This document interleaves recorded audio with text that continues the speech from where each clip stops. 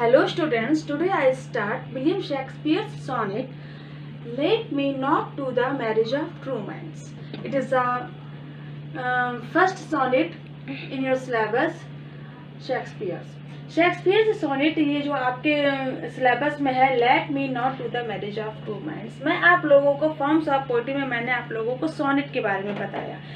इस वीडियो में मैं आपको सोनेट पढ़ा रही हूँ क्योंकि आपने सोनेट पढ़ा तो सोनेट क्या होता है, कैसे होता है, उसका क्या सिस्टम होता है ना, तो वो जान लें आप लोग। इसलिए इसीलिए मैंने आपको विलियम शेक्सपियर की सोनेट को पहले पढ़ाना जरूरी समझा। ठीक है, तो पहले आप नाम देख लीजिए, क्या नाम है? Let me not to the marriage of true minds. इसका मतलब होता है, टू माइंड्स का मतलब माइंड से मतलब नहीं है, ये है दो आत्माओं का मिलन, दो प्रेमियों की आत्माओं का मिलन, जिसको वो कहता है कि लेट मी नॉट, मतलब मुझे कोई रोके नहीं हम लोगों को मिलने से। ठीक है, ये इसका अर्थ है। इसके अर्थ को जानने से पहले, इसकी मीनिंग को, इसके इंट्रोडक्शन को जानने से पहले हम सबसे पहले जिन्होंने विलियम शेक्सपियर जो इन्होंने सोनेट लिखा है, हम इनकी लाइफ के बारे में थोड़ा सा हिंट लेते हैं कि इनकी लाइफ में क्या क्या मेन पॉइंट्स हैं। क्योंकि ये जो है आपका फर्स्ट पेपर है, ये ऑब्जेक्टिव पेपर था और इसमें जो है काफ़ी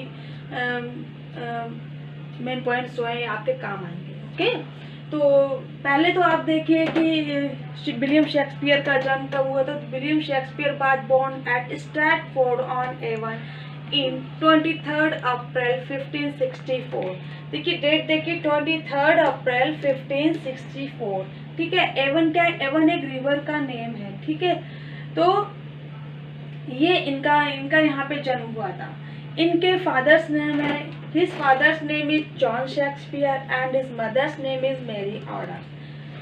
His first child, he has 3 child and the first child name is Susanna and second time उनका ट्विंस हुए थे जिनका नाम था हैमलेट एंड जूडिथ। नाम देख लीजिए, हैमलेट एंड जूडिथ, जिनमें से एक की डेथ भी हो गई थी। तो इसके बाद है ही रोट, उन्होंने शेक्सपियर ने 37 प्लेस लिखे हैं और 154 सोनेट्स लिखे हैं। ने 37 प्लेस लिखे हैं और 154 सोनेट्स लिखे हैं और 154 सोनेट्स में से एक सोनेट है आपके सिलेबस में, let me not to the marriage of true minds. ये जो है सोनेट आपका 116 मतलब 116 नंबर का ये सोनेट है जो आपके सिलेबस में है ना। और इन्होंने इन्होंने 154 सोनेट्स लिखे हैं, इनमें से कुछ सोनेट्स हैं जो उनके जो पहले के जो 126 सोनेट्स हैं वो इनके एड्रेस्ड है किसके ऊपर? उनके फ्रेंड WH, इनका नाम है WH के नाम से है ये, इनका विलियम हर्टफोर्ड शायद इनका पूरा नाम है। एंड द रेस्ट ऑफ बाकी के जो हैं बचे हुए उनके एक डार्क लेडी के ऊपर एड्रेस्ड है उनके सोनेट्स।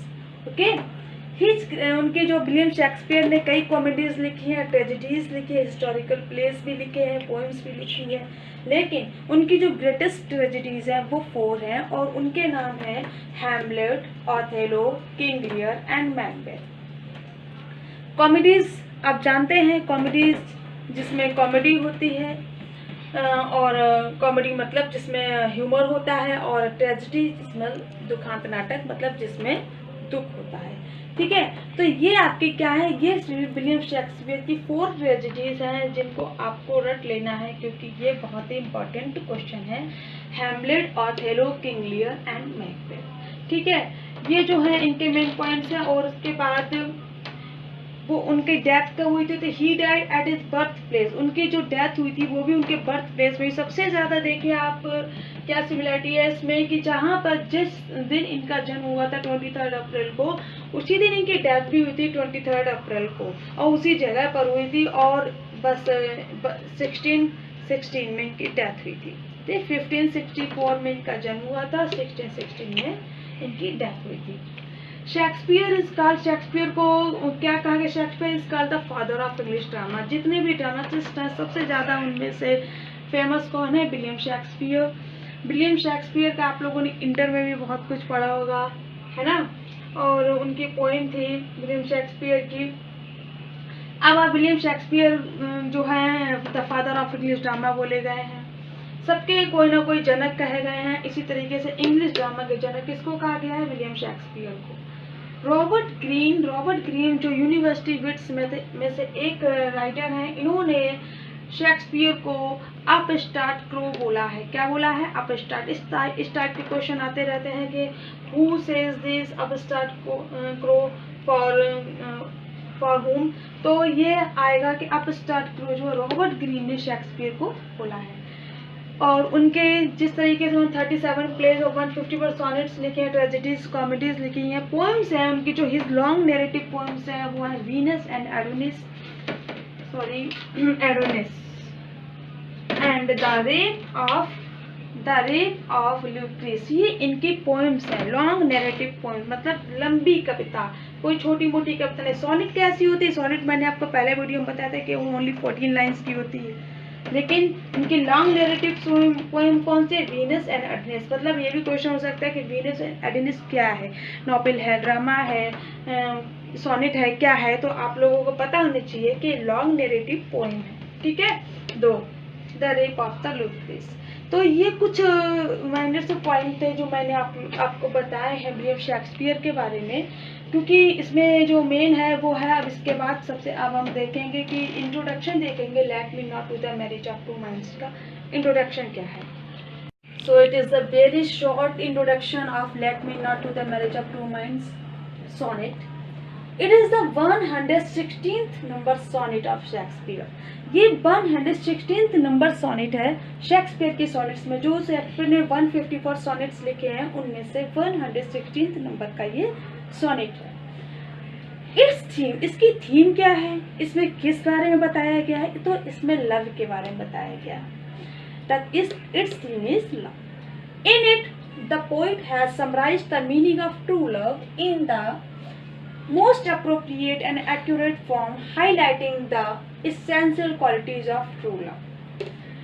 इसमें जो पोइट है, जो हमारा शेक्सपियर है, उसने किसको समराइज किया है? The meaning of true love. True love का अर्थ क्या होता है? क्या ट्रू लव का मतलब है? क्या इसका जो है उचित अर्थ है? क्या इसका अप्रोप्रिएट वर्ड होगा, एक्यूरेट फॉर्म होगा? इस पे ज़्यादा फोकस करते हुए उसकी जो मतलब जो क्वालिटीज़ है, एसेंशियल मतलब आवश्यक गुण है ट्रू लव के, वो बताए हैं। कि आज के इस नए दौर पर ट्रू लव तो देखने को ही नहीं मिलता है, तो इसमें ट्रू लव और जो एक आर्टिफिशियल लव होता है उसमें डिफरेंस बताया है शेक्सपियर ने कि ट्रू लव किसे कहते हैं और आर्टिफिशियल लव किसे कहते हैं। The sonnet reveals universal feeling of love in the pattern of the sonnet. इस सोनेट में क्या व्यक्त किया गया है? यूनिवर्सल फीलिंग, एक सार्वभौमिक फीलिंग, भावना किसकी? प्रेम की। इन द पैटर्न, किस पैटर्न में? जो मैंने आप लोगों को सोनेट में पढ़ाया था शेक्सपियर। सोनेट के जब 2 उनके टाइप्स थे, तो दूसरा क्या था आपका? Shakespeare sonnet and English sonnet. तो वही शेक्सपियर सोनेट का देखिए वही राइमिंग स्कीम आ गई, A B C D E F G. इसी पैटर्न की वजह से मैंने आपको सबसे पहले स्टार्ट कर दिया है ये सोनेट कि आप लोग उस टॉपिक को और अच्छी तरीके से समझ लें। A B C D E F G. ये अभी मैं आपको जब ये पोएम की लाइंस लिख के बताऊंगी तो उसमें समझ में आएगा कि इसकी राइमिंग स्कीम इस तरीके से कैसे आई। It is an address to his friend. और ये जो पोएम है, ये जो सोनेट है, वो किसके ऊपर एड्रेस है? इनके मित्र के ऊपर, क्योंकि इन्होंने 126 सोनेट जो है अपने फ्रेंड के ऊपर लिखे हुए हैं, मतलब उनको संबोधित करते हुए लिखे हैं, जो क्या थे? The earl of Southampton. ये जो नाम है आपका सोनेट का, इसका मीनिंग क्या होता है? इसका मीनिंग जो है आप लोग ध्यान करिए, इसका मीनिंग है मैरिज ऑफ टू माइंड्स। ऐसा तो आप लोग अपने लैंग्वेज में इसको कुछ और पढ़ रहे होंगे, marriage of true minds, true का माने सच्चा दिमाग और शादी, इस टाइप से आपको कुछ अर्थ नहीं आपको समझ में आ रहा होगा। तो इसका मतलब क्या है? ये एक पोइट्री है और मतलब एक पोइट की ये लैंग्वेज है, तो ऐसी ही लैंग्वेज है। मैरिज ऑफ टू माइंड्स का मतलब होता है union of souls filled with real love. Union of true lovers मतलब सच्चे प्रेमियों की आत्माओं का जो सच्चे मिलन होता है वो है marriage of true minds. Late me not का मतलब है लेट अस नॉट एक्सेप्ट, मतलब मुझे मत एक्सेप्ट करने दीजिए। क्या जो यहाँ पे क्या होता है ट्रू लव, जब आप फिल्म्स वगैरह भी देखते हैं तो क्या देखते हैं कि जब भी हीरो हीरोइंस का अफेयर होता है या मतलब उन लोगों में लव होता है तो कितनी सारी उन्हें स्ट्रगल करने पड़ते हैं, कितनी सारी परेशानी से झेलना पड़ता है। तो ऐसा नहीं वो आप मूवी में देखते हैं, ये रियल लाइफ में भी होता है कि जो ट्रू लव में क्या बहुत सारी ऑब्स्टेकल्स आती हैं, बहुत सारी इम्पेडिमेंट्स आते हैं जिनको उन दोनों को बहुत ज़्यादा स्ट्रगल करना पड़ता है अगर उन्हें पाना है। अगर वो ट्रू लव है और अगर वो आर्टिफिशियल लव है तो क्या होता है कि जरा सी भी परेशानी आई कि तो उन्होंने कहा नहीं मतलब अपने अपने रास्ते बदल लिए या छोड़ दिया, ब्रेकअप हो गया। तो ये क्या है, वो ट्रू लव नहीं है। ट्रू लव क्या है कि चाहे जितने परेशानी आए, चाहे आंधी आए, तूफान आए, कुछ भी मरने जीने को भी पड़ना पड़े, लेकिन वो जो लव है वो ट्रू लव बना रहता है लास्ट तक, मरते दम तक। ठीक है, यही हमारे पोइट का कहने का इसमें सेंस है कि जो ट्रू लव और आर्टिफिशियल लव में इसमें डिफरेंस बताया गया है। ठीक है, तो ये मैरिज ऑफ टू माइंड्स का मतलब होता है union of souls filled with real love, जो मतलब आत्माओं की जो एकता है जो सच्चे प्रेमियों की वो रियल लव से भरी हुई होती है। ओके, अब मैं आप लोगों को लाइंस में बताऊंगी, उसके पोएम्स के अर्थ को समझाऊंगी। So let's start the poem let me not to the marriage of romance. Okay, तो इसमें सबसे पहले तो मैं आपको सोनेट के बारे में बताऊंगी, क्योंकि क्या है, शेक्सपियर का सोनेट है और सोनेट मैंने आपको पहले वाले टॉपिक में बताया था। तो सोनेट में मैंने शेक्सपियर की राइमिंग स्कीम क्या बताई थी आपको, A B C D E F G G कैसे होती है, कैसे आप लोग उसको समझते हैं। ये देखिए, ये आपकी पोएम है और ये इधर हर लाइन के साइड में मैंने लिखा है A B C D E F G G. Okay, तो ये जो है कैसे है, पहले आप लाइन पढ़िए, let me not to the marriage of true minds. ठीक है, ये क्या हो गया आपका माइंड, ये क्या है ए। ठीक है, admit impediments love is not love. देखिए, अब ये जो माइंड्स है और ये जो लव है, ये दोनों आपस में मिल रहे हैं, नहीं मिल रहे हैं, तो इसीलिए यहाँ पे क्या आया बी, क्या आया बी, क्योंकि अगर ये इससे मिल रही होती लाइन लास्ट के शब्द तो ये ए होता। अब ये नहीं मिल रही है तो यहाँ पे ए है और यहाँ पे बी है। अब है आपका विच आल्टर्स व्हेन इट आल्टरेशन फाइंड्स। अब यहाँ फाइंड्स है, यहाँ माइंड्स है, दोनों मैच कर रहे हैं, राइम इनकी राइमिंग मैच कर रही है, माइंड्स और फाइंड्स, बीच में लव है, इसका नहीं मैच कर रहा, तो क्या ये ए और इसके थर्ड नंबर पर ए। ठीक है, तो ए बी ए, तो ये फर्स्ट लाइन किससे मैच कर रही है, थर्ड लाइन से। अब आप फोर्थ लाइन देखिए, or bends with the remover to remove.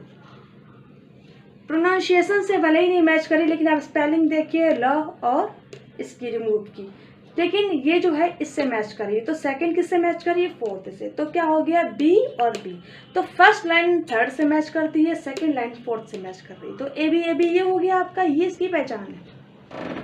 इसके बाद आप फिफ्थ लाइन पढ़िए, O no it is an ever fixed mark, ये सी है। ठीक है, that looks on tempest and is never second, और ये डी है, क्योंकि ये जो मार्क है उस सेकेंड से मैच नहीं कर रहा है, तो ये डी है। It is the star to every wandering bark. अब मार्क और बार्क ये दोनों मैच कर रहे हैं, तो ये फिफ्थ लाइन किससे मैच कर रही है, सेवेंथ लाइन से, तो सी सी हो गया। ठीक है, ये आप देखिए eighth line, whose birth unknown although his height be taken, तो सेकंड और टेकन मिल रहे हैं। देखिए आप, इसकी जो सिक्स लाइन है वो किससे मिल रही है, एट्थ लाइन से, तो क्या हो गया सी डी और सी डी। ठीक है, तो सी सी ये मिल रहे हैं, डी डी, मतलब एक लाइन एक छोड़ के मैच कर रहे हैं, तो ये इस तरीके से राइमिंग स्कीम होती है। इसी प्रकार से आप इसी loves not times fool though rosy lips and cheeks, ये हो गया E. Within his bending sickles compass come, ये हो गया एफ ना। अब देखिए चीक्स भी कम से नहीं मिल रहा है, love altars not be this brief hours and weeks. अब चीक्स और वीक्स आपस में मिल रहे हैं, तो क्या हो गया ई ई। ठीक है, एक लाइन छोड़ के आप देखिए ई ई। अब ये वाली लाइन किससे मैच करेगी, लास्ट वाली लाइन से, but bears it out even to the edge of doom. जिस तरीके से लव और रिमूव बोलने में डिफर है ना, उसी प्रकार से कम और डूम भी हैं, लेकिन ये इससे मैच कर रहा है, ये आपको आप देखिए कम और ये डू। इफ दिस बी, अब ये है, अब ये हो गया A B C D E F G G, E F तक आया आपका। तो ई एफ तक आपके कितने लाइंस हो गए? 12 लाइंस। अब आपके लास्ट के बचे हैं 2 लाइंस। 2 लाइंस में क्या है? जी जी। तो ये दोनों, if this be error and upon me proved, ये आपका जी, और इसके दूसरा भी जी है, I never write nor no man ever loved. Proved और लव दोनों मैच करे तो क्या? जी जी हो गया। इसको बोलते हैं, it is called a couplet. क्या बोलते हैं? कपलेट, क्योंकि ये दोनों जोड़े से हैं और ये दोनों की राइमिंग स्कीम एक जैसी है। इसी में मैंने आपको बताया था कि ऑक्टेव और सेस्टेट है ना, तो वो तो पेट्रार्कन सोनेट की राइमिंग स्कीम है। ए बी सी डी करके है, ए बी है ना, ये A B C D E F G G, ये इनकी है। वो A B B A C D E वो है पेट्रार्कन सोनेट की राइमिंग स्कीम। अब आप शेक्सपियरन की राइमिंग स्कीम मैंने आपको समझाई और उन्हीं की सोनेट भी है, और उसी से आप देखिए कि कैसे आपको ये चीज़ जो है, इससे आपका सोनेट भी कंप्लीट हो रहा है। मतलब सोनेट भी आप समझ रहे हैं कि हाँ ये क्या था, मैंने क्या पढ़ा था। ठीक है, अब मैं आप लोगों को इसकी लाइंस बताती हूँ। Let me not to the marriage of true minds का मतलब मैंने आपको बताया, मैरिज ऑफ टू माइंड्स का मतलब क्या है? यूनियन ऑफ सोल्स, आत्माओं का मिलन। आत्माओं का मिलन होता है, जो ट्रू है, जो रियल लव है, उन जो रियल लवर्स हैं उन लोगों का आत्माओं का मिलन जो है, कह रहा है कि एडमिट इम्पेडिमेंट्स माने प्रवेश कर रहे हैं। क्या ट्रू लव में क्या प्रवेश कर रहे हैं? ऑब्स्टिकल माने बाधाएं, रोड़ा, बहुत सारी बाधाएं आती हैं ट्रू लव में, तो वो है लेट मी नॉट, मुझे इनको एक्सेप्ट नहीं करने दो, मैं इनको एक्सेप्ट नहीं करूँगा, हम लोग एक्सेप्ट इसको नहीं करेंगे। ठीक है, तो ये इसका मतलब वो मैरिज ऑफ टू माइंड्स का मतलब यूनियन ऑफ ट्रू सोल्स। ठीक है, इसके बाद यहाँ पे आपका फुल स्टॉप आ गया। तो ये लाइन है, love is not love. Poet कह रहा है लव इज नॉट लव माने वो प्रेम प्रेम नहीं है। कौन सा प्रेम प्रेम नहीं है? विच अल्टर्स, जो बदल जाता है।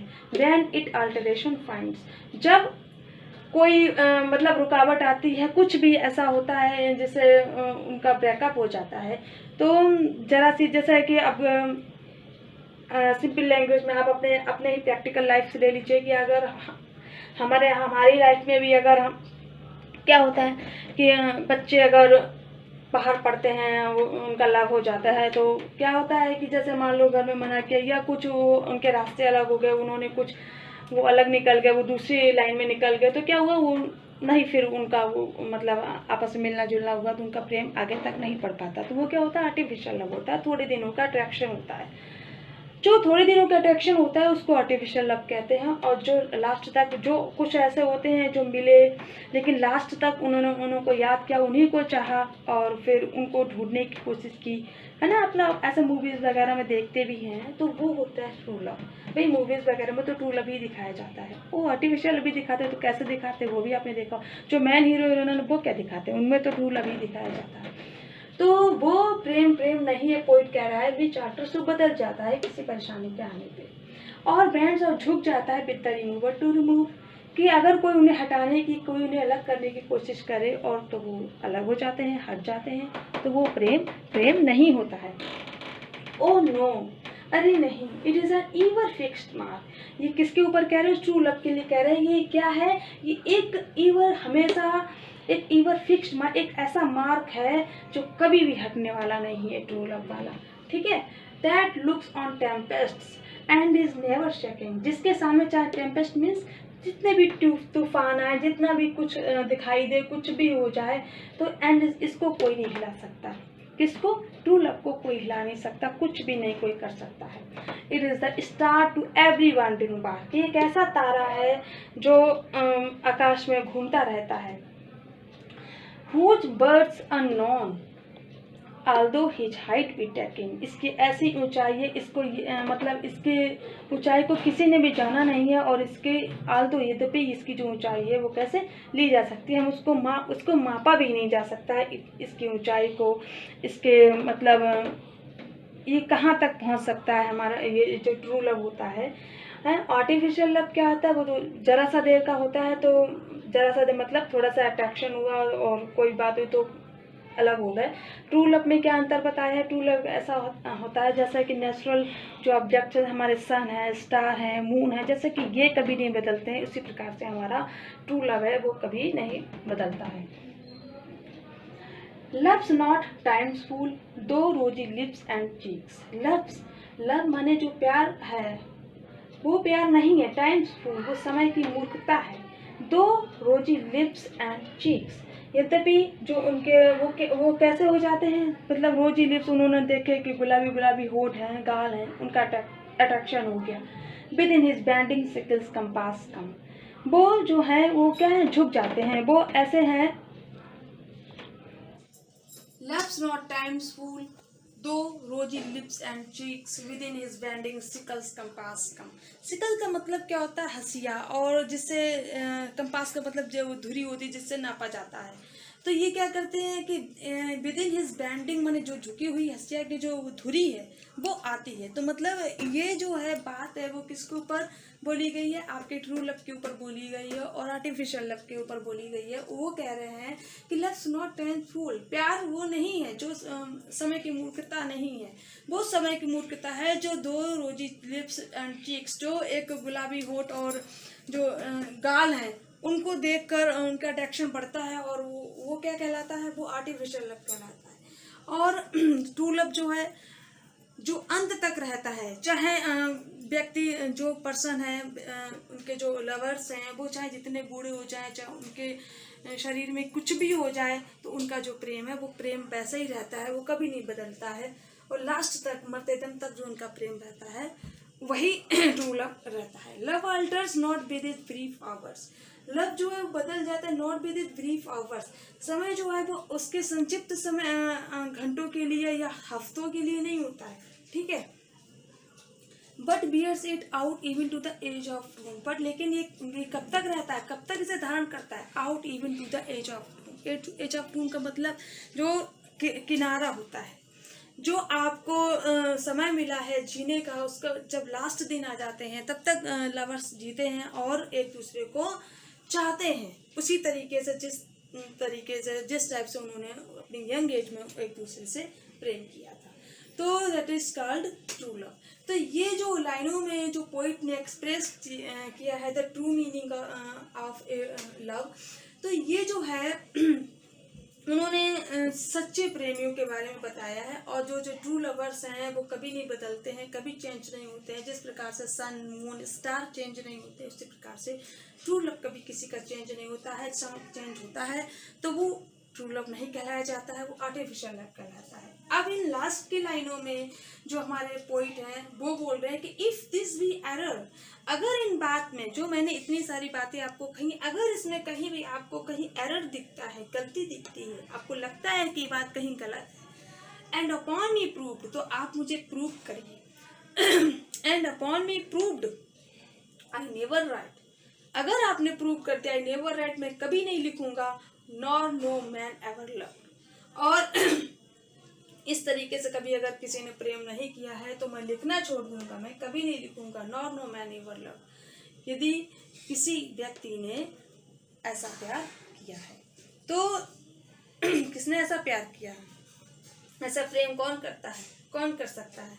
तो वो कह रहे हैं अगर ऐसा प्रेम नहीं है इस दुनिया में, और अगर ऐसा कोई प्रेम नहीं कर सकता तो मैं लिखना छोड़ दूंगा, और अगर कोई मेरी इस बात को गलत सिद्ध कर देता है तो मैं लिखना छोड़ दूंगा। ये लास्ट लाइन है, I never write nor no man ever loved. ठीक है, तो ये जो आपकी है पूरी सोनेट है, 14 लाइन्स की सोनेट है, आप गिन लीजिए।